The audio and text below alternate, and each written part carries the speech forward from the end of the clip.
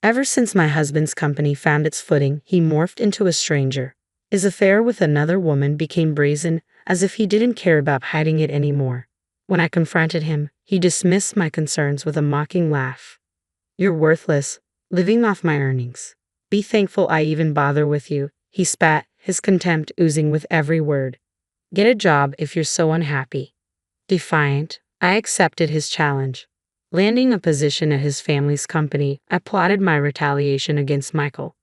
I'm Karen, once content as a 34-year-old homemaker, while Michael, my 36-year-old husband, managed a printing business. Our romance sparked in the corridors of our workplace. He was in sales and I in illustrations. Our love story culminated in marriage when I was 26. Once we settled into our routine, he made the bold move of resigning from his job, proposing the idea of launching a new venture together.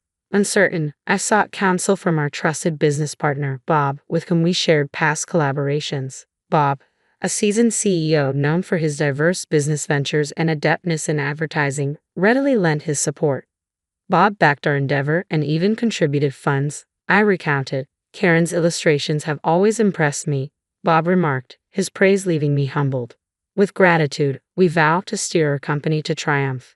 Just the two of us, I affirmed to Bob as we embarked on our entrepreneurial journey. Initially, we grappled with the constraints of a cramped apartment. However, with the ascent of our company, we upgraded to a sleek high-rise condominium. It was then that my husband broached the idea of me focusing solely on homemaking.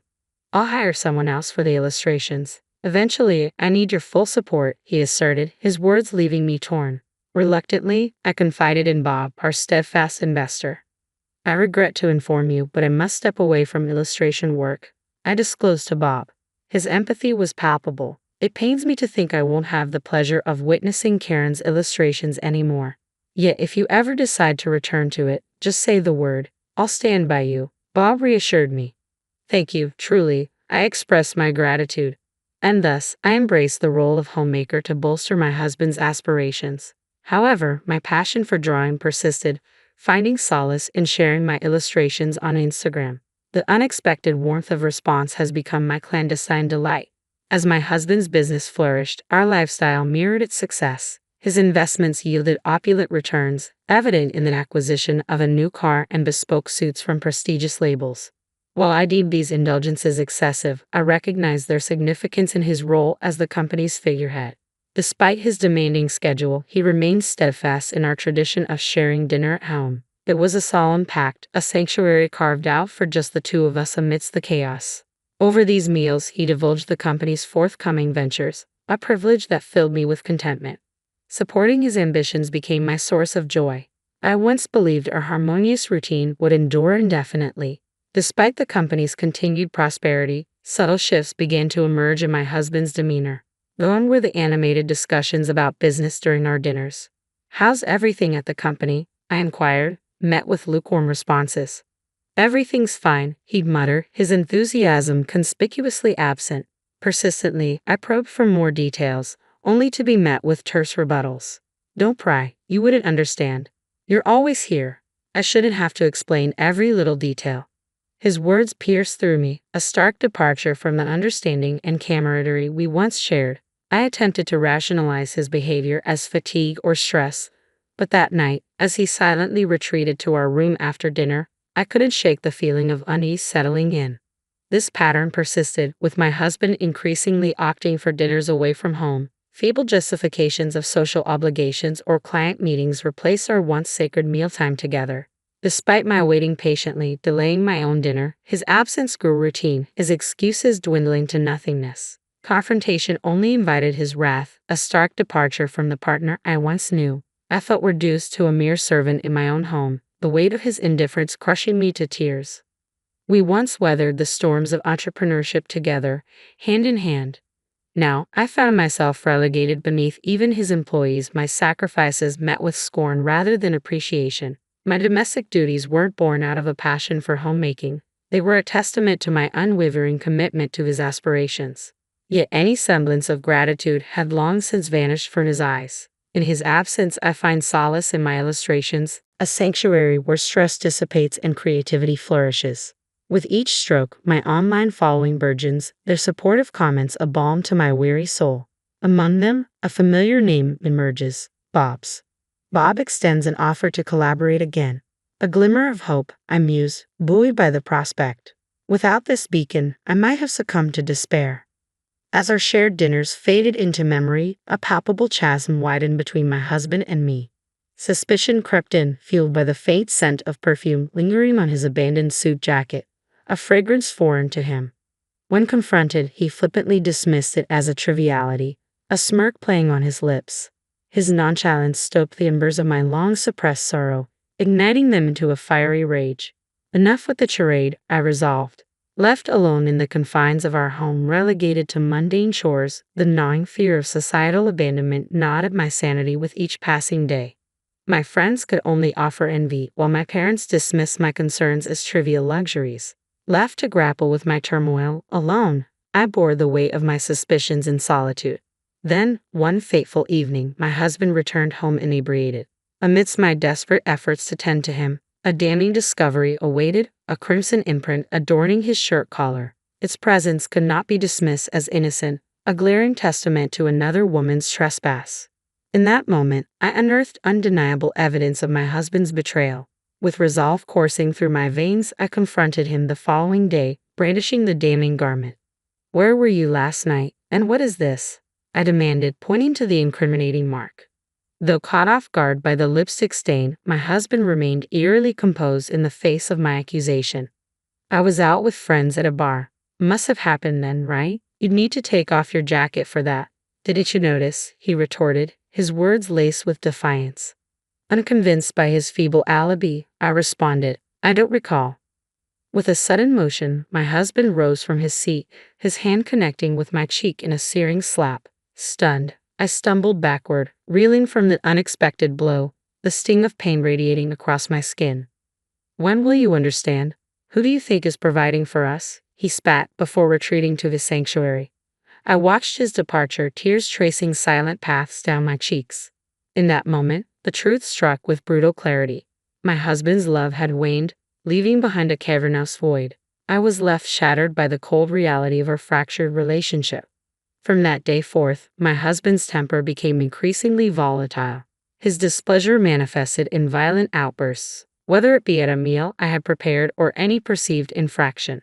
The once tender moments of our marriage were now eclipsed by a shadow of fear and uncertainty. "This tastes atrocious. Do you even pay attention to what I eat? If you want to keep being my wife, you better sharpen your culinary skills," my husband berated before storming out of the room.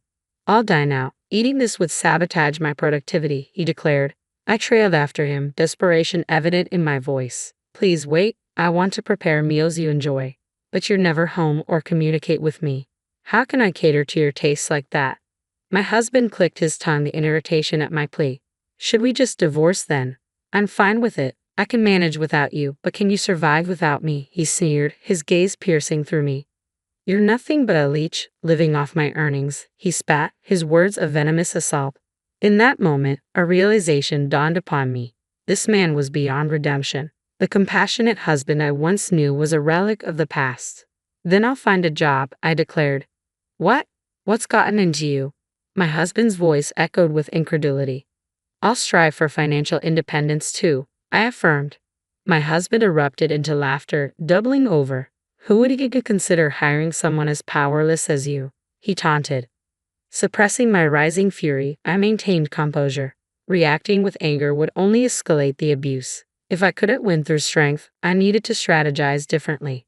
"Fine, do as you wish, but don't neglect your household duties. With your meager earnings, I won't tolerate a neglected home," my husband dismissed, exiting our dwelling. Swiftly taking action, I enlisted the services of a detective to uncover evidence of my husband's infidelity. The findings were damning, a trove of incriminating photographs capturing my husband's dalliances with extravagantly dressed women, reveling in drinks and discreet hotel entrances. It was a mosaic of betrayal, with not just one, but several women ensnared in his web of deceit. Yet as I surveyed the evidence and listened to the detective's report, a peculiar calm washed over me. There was no rage, no sorrow, only a pragmatic acknowledgement of the situation. The ostentatious behavior that had once irked me now served as a conduit for undeniable proof. 1 week later, adorned in my finest attire, I ascended to a restaurant atop a luxurious hotel. Despite my efforts, I felt out of place amidst the opulent clientele. With a hesitant step, I approached the reserved table, where Bob awaited. My apologies for the delay, I offered, but Bob's warm smile assuaged my apprehension as he motioned for me to take a seat. Karen, no need for apologies. I've been eagerly anticipating our meeting. Your presence is worth the wait, Bob reassured, casting aside any notion of inconvenience. Bob had played a pivotal role in our journey to independence, generously backing us financially when my husband and I decided to venture out on our own. Now, he held a prominent position as the president of my husband's parent company. I'm immensely grateful for your unwavering support during our leap to independence. Your confidence in us meant the world. I expressed my gratitude. Bob chuckled warmly. It was a no-brainer for me. After all, our history together made it an easy decision, he replied. It's evident the company is thriving under your guidance, I observed. A hint of seriousness crossed Bob's features at my remark. Yes, it's progressing well, but today, our focus is on your acceptance of my invitation, correct? He redirected, his smile returning to reassure me. Yes, indeed, I affirmed, straightening in my seat and extending a warm greeting. Reflecting on our past interactions, I recalled Bob's genuine admiration for my illustrations. He had been instrumental in providing funding for our venture into independence, recognizing the value I brought to the table. Moreover, he had been the lone voice cautioning against the path of becoming a homemaker. Though we had lost touch, Bob's reemergence in my life through social media rekindled our connection, leading to regular exchanges via email and text messages. You always had a keen understanding of my illustrations, didn't you? I remarked. I've been a fan of your work for quite some time. I'm thrilled you never gave up on illustrating. Your decision to reach out to me caught me off guard, though, Bob confessed. Bob had extended offers for me to join his team as an illustrator on multiple occasions, but my domestic responsibilities had always stood in the way. However, after much contemplation, I had recently made the decision to accept his proposal. In a recent conversation with my husband, Bob had seemed hesitant yet determined, and now, as he locked eyes with me, a sense of anticipation hung in the air. Bob's words hit me like a bolt from the blue. Michael's company has garnered quite a negative reputation, he divulged. What? That's surprising. Michael always spoke so highly of his job. I never imagined this, I mused, taken aback by the revelation. I've been closely involved for a while now, but as the company expanded, the quality of their work took a nosedive. Missed deadlines, errors, and he seems oblivious to it all. Bob lamented. Is this reputation widespread? I inquired, a knot forming in my stomach. The company's rapid growth initially attracted positive attention. However, it's now under scrutiny for all the wrong reasons. There are even whispers of unsavory affiliations, Bob disclosed, his tone tinged with concern. I had no idea. I've been so out of touch with Michael's professional life, I realized, a pang of unease settling in. To lighten the mood, Bob chimed in cheerfully, You'll be creating illustrations for us from now on. No need to outsource anymore.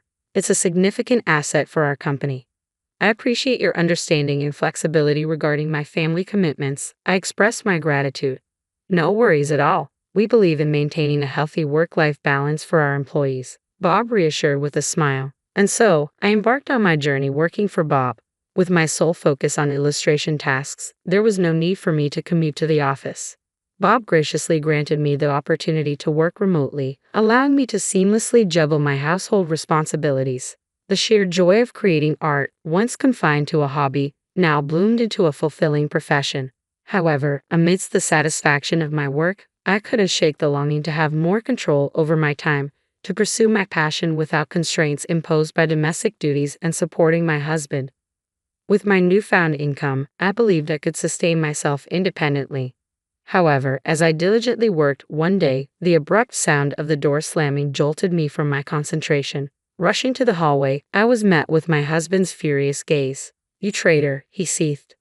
Confusion clouded my mind as I struggled to comprehend his sudden outburst. To think my own wife would snatch away my job, he spat.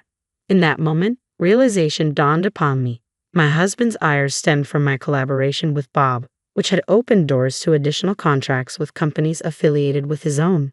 This was my retaliation, my way of reclaiming power from the one who had belittled me. But irony must have been galling for him, to have his livelihood threatened by the very person he had scorned.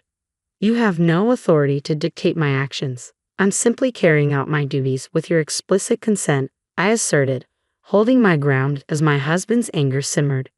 If you feel compelled, go ahead and strike me. I won't hesitate to involve the authorities, I declared, unyielding in the face of his aggression.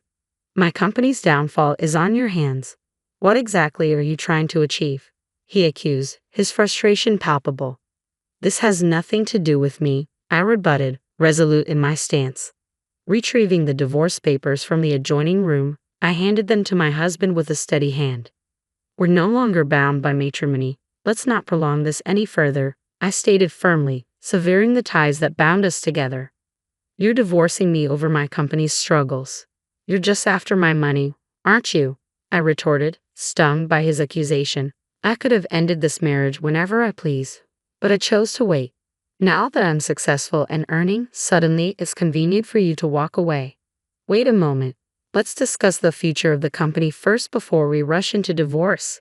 We founded it together, remember? You're the one who ousted me from that company, my husband interjected, a hint of desperation creeping into his voice. I've severed all ties with that company, and I intend to seek proper compensation, I asserted firmly, unyielding in my resolve. Michael's frustration was evident, his agitation palpable as he gnawed on his lip in vexation. How shameless can you be? You have no right to talk about compensation when you're the one initiating the divorce. Do you even realize how many times you've hurt me and your affairs? I had undeniable proof, I retorted, brandishing the incriminating photographs. As he beheld the evidence of his infidelity, my husband's facade crumbled, and he sank to his knees, pleading with desperation. Please, I beg of you. The company's on the brink of collapse. I can't handle the added burden of compensation or a divorce. I need your support now more than ever. Everyone has abandoned me the moment they caught wind of our troubles. You're the only one left, he implored, his voice quivering with raw vulnerability. I dismissed his desperate plea as utterly futile. Gathering only my essentials and work materials, I departed from the house without a backward glance. My return home only occurred once the divorce proceedings were concluded, solely to retrieve my belongings. By then, my husband's company was hemorrhaging mistakes, and he found himself deserted by all. Reduced to pleading for funds to compensate me, he spent his days in a pitiful state. In stark contrast, I embraced solitude, forging a livelihood through my beloved craft of illustration. With each stroke of the pen, I accumulated wealth, all while upholding my integrity, a stark contrast to my ex-husband's downfall.